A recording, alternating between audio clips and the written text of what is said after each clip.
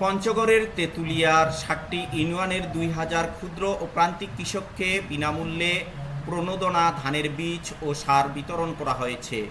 গত বৃহস্পতিবার দুপুরে উপজেলা কৃষি সম্প্রসারণ কার্যালয়ে প্রণোদনা প্যাকেজ তালিকাভুক্ত প্রত্যেক কৃষককে ৫ কেজি উপসি আমন ধানের বীজ, ১০ কেজি ডিএপি এবং ১০ কেজি এমওপি সার প্রদান করা হয়। এ সময় উপজেলা কৃষি অফিসার সাবরিনা আফরিন বলেন,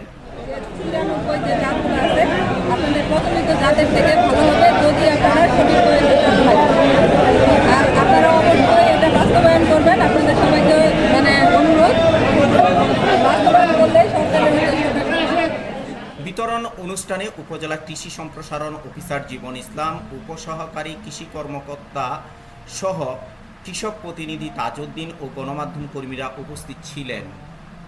তেঁতুলিয়া নিউজ।